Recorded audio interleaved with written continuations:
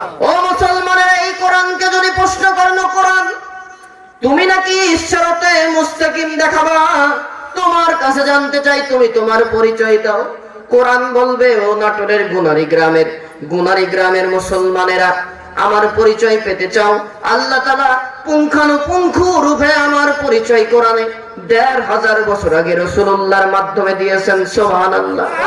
বাল হুয়া কুরআনুম মাজিদ ফি লাওহিম মাহফুজ। আর একটু জোরে, আমার নাম কোরআন মাজিদ, বাড়ি কোথায় জানো? লৌহে মাহফুজে সুসংরক্ষিত স্থানে। বুঝেন নাই? আবার বলি, আল্লাহ তাআলার কোরআন বলছে আমার বাড়ি লৌহে মাহফুজ, ৭ আসমানে না, ৭ আসমানের উপরে সিদরাতুল মুনতাহা, ফেরেশতাদের শেষ সীমানা। সিদরাতুল মুনতাহার পরে ৭০,০০০ নূরের পর্দা, এক একটা পর্দা থেকে এক একটা পর্দার দৈর্ঘ্য, প্রস্থ, উচ্চতা, প্রসারতা ৫০০ বছরের রাস্তা। এরপরে আল্লাহর আরশ, আরশের একটি সংরক্ষিত স্থানে আমি কোরআনের বাড়ি। সুবহানাল্লাহ। ও কোরআন জানতে চাই, কত উঁচু জায়গা থেকে কবে তুমি দুনিয়াতে এসেছো? ধুলির ধরা পৃথিবী নামক জায়গায় আসলে কোরআন বলে, শাহরু রমাদানাল্লাযী উনজিলা ফীহিল কুরআন। আল্লাহু আকবার।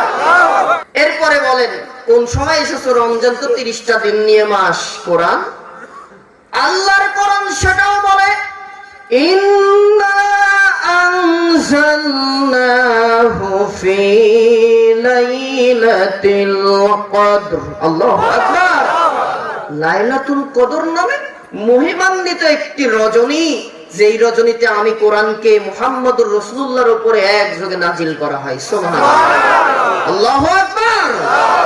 ও কোরআন জানতে চাই, কেন তুমি লৌহে মাহফুজ নামক সুসংরক্ষিত জায়গা থেকে এই ধুলির ধরাতে মানুষের উপরে তুমি নাজিল হলে, তুমি একটু বলো না? হুদাল লিন্নাসি ওয়া বাইয়িনাতিম মিনাল হুদা ওয়াল ফুরকান। আল্লাহু আকবার। আমি এজন্যই এসেছি, আল্লাহ আমাকে পাঠিয়েছেন হুদাল লিন্নাস, মানুষ জাতিকে হেদায়েত পথ দেখানোর জন্য। তার মানে হেদায়েত দেখাতে পারে আল্লাহ। শুনে ফেলবে, খুশি হবে, আস্তে কোন। ইবলিস শয়তান শুনলে বেজার হবে, আস্তে কোন। হেদায়েতের পথ, হেদায়েত দেখাতে পারে একমাত্র কোরআন। কোন দরগা, কোন দুর্গা, কোন মাজার, কোন বাজার আমাকে হেদায়েত দেখাতে পারে না। যেই পথ আমাকে, যেই কোরআন আমাকে জান্নাতি পথে নিতে পারে, যেই কোরআন আমাকে জান্নাতে দাখিল করতে পারে, এই কোরআন দিয়ে জীবন, সমাজ, রাষ্ট্র গঠন করতে হবে। শয়তানের মুখে লাথি দিয়ে কোরআন দিয়ে আগামী দিন পরিচালিত হোক। জাতি কারা দুটি হাত দেখতে চায়?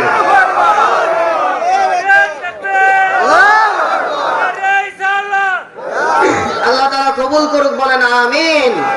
সম্মানিত উপস্থিতি, কোরআনকে বলেন কোরআন, তুমি কি ভেতরে কোনো ভুল আছে নাকি? তুমি নাজিল হলে আমরা জানি ভুল নাই, ইমানদারে জবাবই দেবে, মুনাফিকরা সেটা বলবে না, থাকতেও আল্লাহ রাব্বুল আলামিন সেই সমাধান কোরআনে দিয়েছেন। যালিকাল কিতাবু লা রাইবা ফীহি হুদাল লিল মুত্তাকিন। যালিকাল কিতাব, আমি এমন একটা কিতাব, লা নাই রাইবা ফী, ভুল থাকবে কি? ভুলের সন্দেহ নেই। আরো জোরে সুবহানাল্লাহ। একটু বলেন না আল্লাহু আকবার। হুদাল লিল মুত্তাকিন, মুত্তাকিদের জন্য আমি নাজিল হয়েছি। সুবহানাল্লাহ বলেন। তার মানে কোরআন কারাই মানে? পূর্ণাঙ্গ যারা মুত্তাকি। এই আয়াতের গবেষণায় চলে গেল ফ্রান্সের একদল খ্রিস্টান বিজ্ঞানীরা। এই আয়াতে কারিমা নিয়ে ফ্রান্সের একদল খ্রিস্টান বিজ্ঞানীরা গবেষণা করলেন। আমরা তো অন্ধবিশ্বাসে চলি, তারা অন্ধবিশ্বাসে চলে না। বিজ্ঞানীরা একটা বিষয় পেলে পর্যবেক্ষণ, পর্যালোচনা, পর্যবেক্ষণ, নিরীক্ষণ, তারপরে সিদ্ধান্ত। আল্লাহ তাআলা কোরআনের 1 নম্বর পারা 2 নম্বর সূরা সূরা বাকারার 2 নম্বর আয়াতে কারিমায় বললেন যালিকাল কিতাবু লা রাইবা ফি, এমন কোরআন দিলাম যাতে ভুল থাকবে কি সন্দেহ নাই। সুবহানাল্লাহ। আবার কোরআনে একটা সূরা আছে, সূরার নাম সূরা তুর। কি সূরা? তুর। তুর মানে পাহাড়, পাহাড় নামক সূরা আল্লাহ বলছেন 6 নম্বর আয়াতে কারিমার ভিতরে সম্ভবত শুরুর দিকে ওয়াল বাহরিল মাসজুর, অগ্নি প্রজ্বলিত আগুনের সমুদ্রের কসম। ভাই কোন সমুদ্র? তার মানে যেই সমুদ্রে পানি না আগুন আছে, আল্লাহ এটার কসম কাটলেন। এবার একটু বুঝে শুনে জবাব দেন, নদী নালা সমুদ্রে আগুন দেখি না পানি দেখি? বলেন বলেন বলেন। যুবকেরা টাস টাস করে জবাব দেবেন, ও নাকি আবার সঞ্চয় করে রাখছেন, আর কয়দিন পর তো পহেলা বৈশাখ। এলাকায় পয়লা বৈশাখ হয় নাকি ভাই? হয় না? কি বলে, কি মানান গান গায়, এসো হে বৈশাখ এসো এসো, শোনেন না? আবার পয়লা বৈশাখের উদযাপন করে। বাংলা যদি জিজ্ঞেস করেন, বলতো আজকে বাংলা কোন মাসের কয় তারিখ, মুখের রুমাল দিয়ে বলবেন বেশি বলবেন। কিন্তু 14 এপ্রিলের পয়লা বৈশাখ খুব পালন করে। কি করে? দাড়ি আছে, টুপি আছে, নাম আব্দুর রহমান, আব্দুল জলিল, আব্দুল কাব্দুর করিম, আব্দুর রহিম, নাম তার নাইমুর রহমান, নাইম ইসলাম। এই নাম বললাম, আবার তারা মাইন্ড করেন না, হুজুর বাইসি বাইসি কি এই নামই পাইলো, আর কিছু পাইলো না। ও ভাই বুঝানোর জন্য বলতেছে, এইরকম নামদারি নাম দেখে বোঝা যায় মুসলমান ঘরের সন্তান। বৈশাখকে স্বাগত জানাচ্ছে মঙ্গল শোভাযাত্রা নামক একটি যাত্রা মিছিল। বেশি বললাম ভাই, বেশি বললাম তাই না? পয়লা বৈশাখকে উদযাপন করে যে আসতেছে সামনে 14 এপ্রিল, পহেলা বৈশাখ। বৈশাখের প্রথম দিন পান্তা ভুল করেও খাই না, ওই দিন গরম ভাতে পানি ঢেলে পান্তা করে।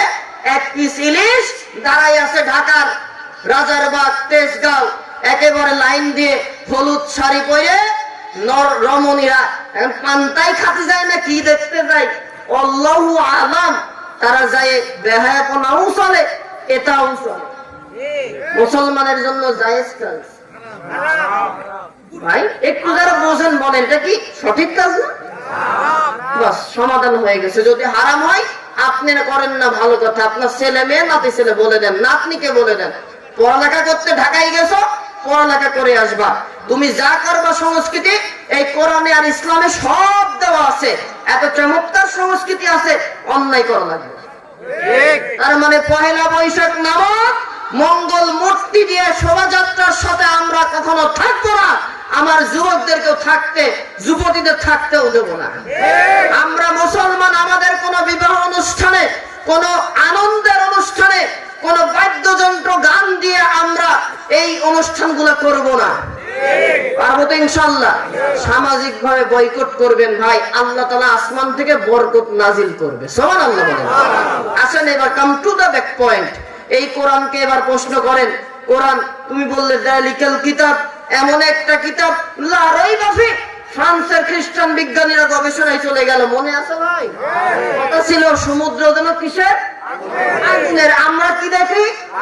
এবার ফ্রান্সের বিজ্ঞানীরা একদল বলছে আমরা এবার গবেষণা করব, আসলেই দেখবো। তবে একটা সুযোগ পেয়ে গেছি, যদি আগুন আমরা না পাই, জাতির কাছে, পৃথিবীবাসীর কাছে উন্মুক্ত করব, ও মুসলমান তোমাদের এই কিতাবে ভুল আছে। নাউজুবিল্লাহ বলুন।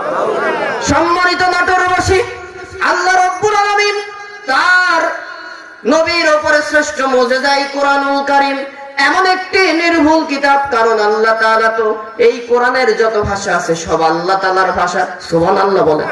আরো জোরে, আরো জোরে সুবহানাল্লাহ। এই কোরআনুল কারীম এতটাই নির্ভুল কিতাব, প্রমাণ কি করে হলো? ফ্রান্সের একদল খ্রিস্টান বিজ্ঞানীরা উন্নত প্রযুক্তির মেশিন তৈরি করলো। ওই মেশিনকে সমুদ্রের তলদেশে দেওয়ার জন্য তারা সমুদ্রের নিচে পাঠানো শুরু করলো। একে একে প্রায় 11 কিলোমিটারের উপরে সমুদ্রের ভেতরে মেশিন দেওয়ার পরে সমুদ্র পানি ছাড়িয়ে বালির স্তর পেল। ওই বালির স্তর ভেদ করার পরে কিছু দূরে পাঠানোর পরে গরম ভাব পেল। সুবহানাল্লাহ। আরো প্রেসার ক্রিয়েট শুরু করলো। যেতে যেতে গরম পাথরের স্তর, ওই পাথরের স্তর ভেদ করার জন্য ফ্রান্সের খ্রিস্টান বিজ্ঞানীরা যখন প্রেসার ক্রিয়েট করলো, আল্লাহ তাআলা পানির নিচে এতটাই উত্তপ্ত আগুনের ব্যবস্থা করে রেখেছে। ওই তাপে ফ্রান্সের ওই খ্রিস্টান বিজ্ঞানীদের তৈরি উন্নত প্রযুক্তির মেশিন ফেটে চৌচির হয়ে গেল। আর তারা বিশ্ববাসীকে বলে দিল, বিশ্বর মুসলমানেরা, আসলে এই কোরআনুল কারীম আল্লাহ তাআলা গ্যারান্টি দিয়েছেন, যালিকাল কিতাবু লা রাইবা ফি, অবশ্যই এটা সত্য ধর্ম, সত্য কিতাব, এই কোরআনে কোনো ভুল নাই। আমরাই জীবনে ভুলের ভেতরে ছিলাম, আর ভুলে থাকলাম না।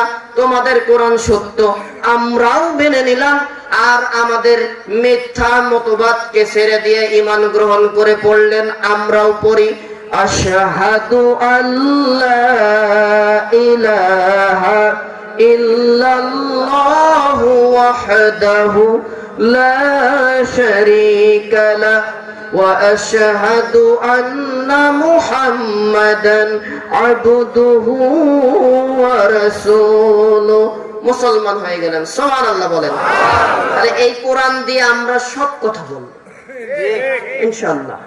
তার মানে আপনি নামাজেও কোরআন ব্যবহার করবেন, পরিবার চালাতে গেলেও রাজি নাই আপনারা ভাই, পারবেন না? দেখেন, কোরআন দিয়ে আপনি পরিবার, বউ চালান, ছেলে পরিচালনা করেন, শান্তি আছে। ওই ছেলে কোনোদিন আপনার সামনে এরকম উঁচু গলায় কথা বলবে না, কথা বললে এইভাবে নত হয়ে কথা বলবে। আর কোরআন দেবেন না, আপনি পাওয়ার খাটাবেন, আল্লাহ আপনার ছেলে মেয়েকে দিয়ে উল্টো পাওয়ার কাটায় ওই ঐশীর মতো কুলাঙ্গার এসপি বাবা মা হয়েও রেহাই পায়নি, নেশাখোর ঐশীর হাতে মা বাবা খুন হয়ে। একটাই সমস্যা, কোরআনের শিক্ষা তাদের ভেতর নাই। শীতের সময় একটা সবজি খুব কম দামে পাওয়া যায়, নাম তার মূলা, কুষ্টিয়ায় 5 টাকা কেজিও পাওয়া যায়, নাটোরে কি যায়? মূলার কিন্তু একটা বরকত আছে। দিনের শুরুতেই যদি 1 কোয়া মূলা কারো গালের ভেতর টিপে দেন, দুনিয়ায় সারাদিন চলবে। ঢেকর যাই উঠুক না কেন, পোলাও কর্মা যাই খাওয়ান, কিসের বাসনা পাও? কথা কয় না, রাগ করতেছেন ভাই? আলোচনা ছেড়ে দিলে ভালো হয় মনে হয়। তাহলে একটু জবাব দেন, কিসের ঢেকর ওঠে?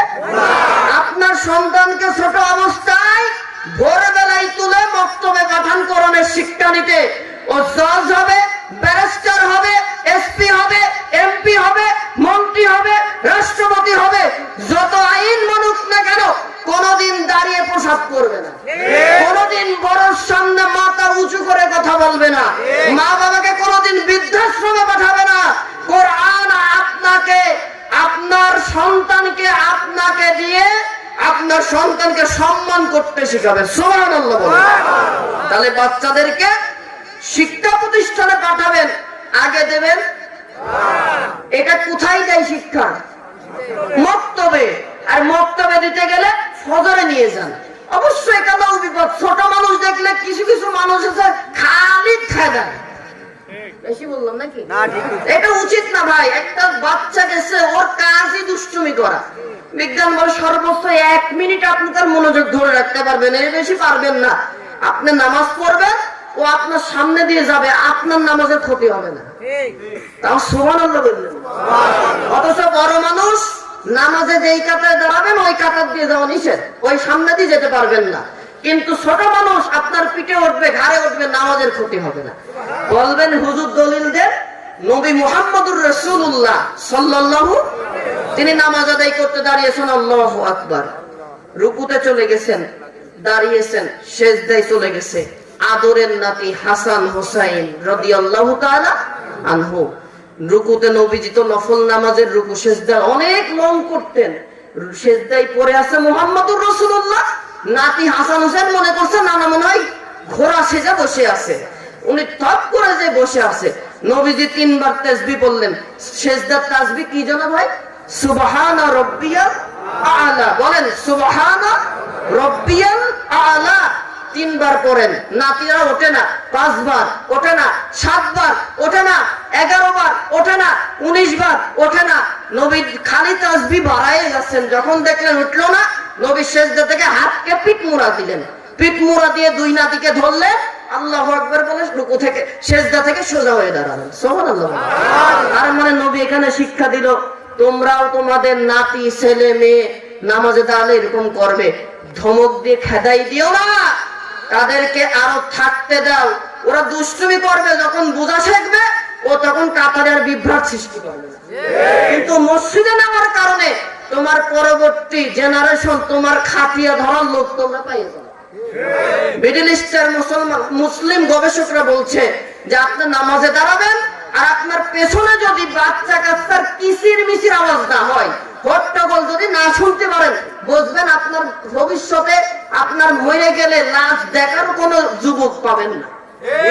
তাহলে বাচ্চাদেরকে মসজিদে নিতে হবে। কমিটির উচিত চকলেট রাখা, আসলে চকলেট দেবেন, ওজন আরো বেশি করে মসজিদে যায়, খেদাবেন না। পারবেন তো ইনশাআল্লাহ? সম্মানিত উপস্থিতি, আসেন এইবার আমরা সেই কোরআনের আলোচনায় চলে যাই। তাহলে আপনার বাচ্চাকে মক্তবে পাঠিয়ে দেবেন, সে কোরআন শিখবে। জজ, ব্যারিস্টার, ডাক্তার, এমবিবিএস যাই হোক না কেন, কোনদিন কোরআন আদব ছাড়া বেয়াদব তৈরি করবে না।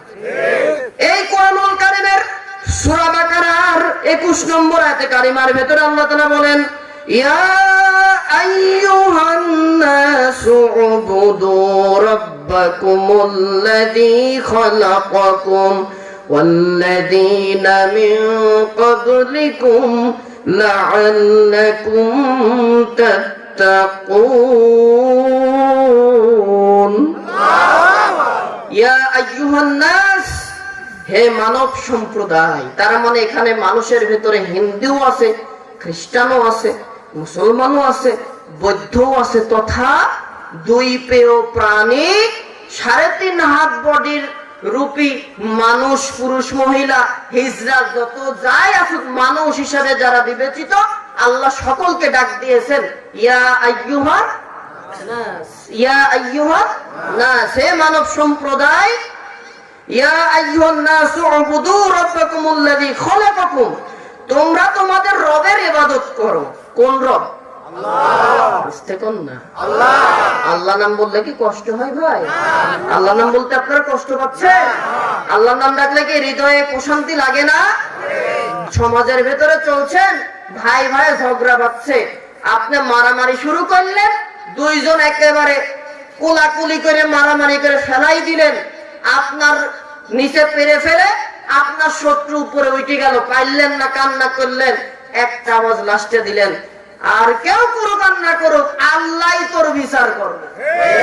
আর মানে বিচার হোক বা না হোক, আল্লাহ নাম বললে হৃদয়টা শান্তি হয়।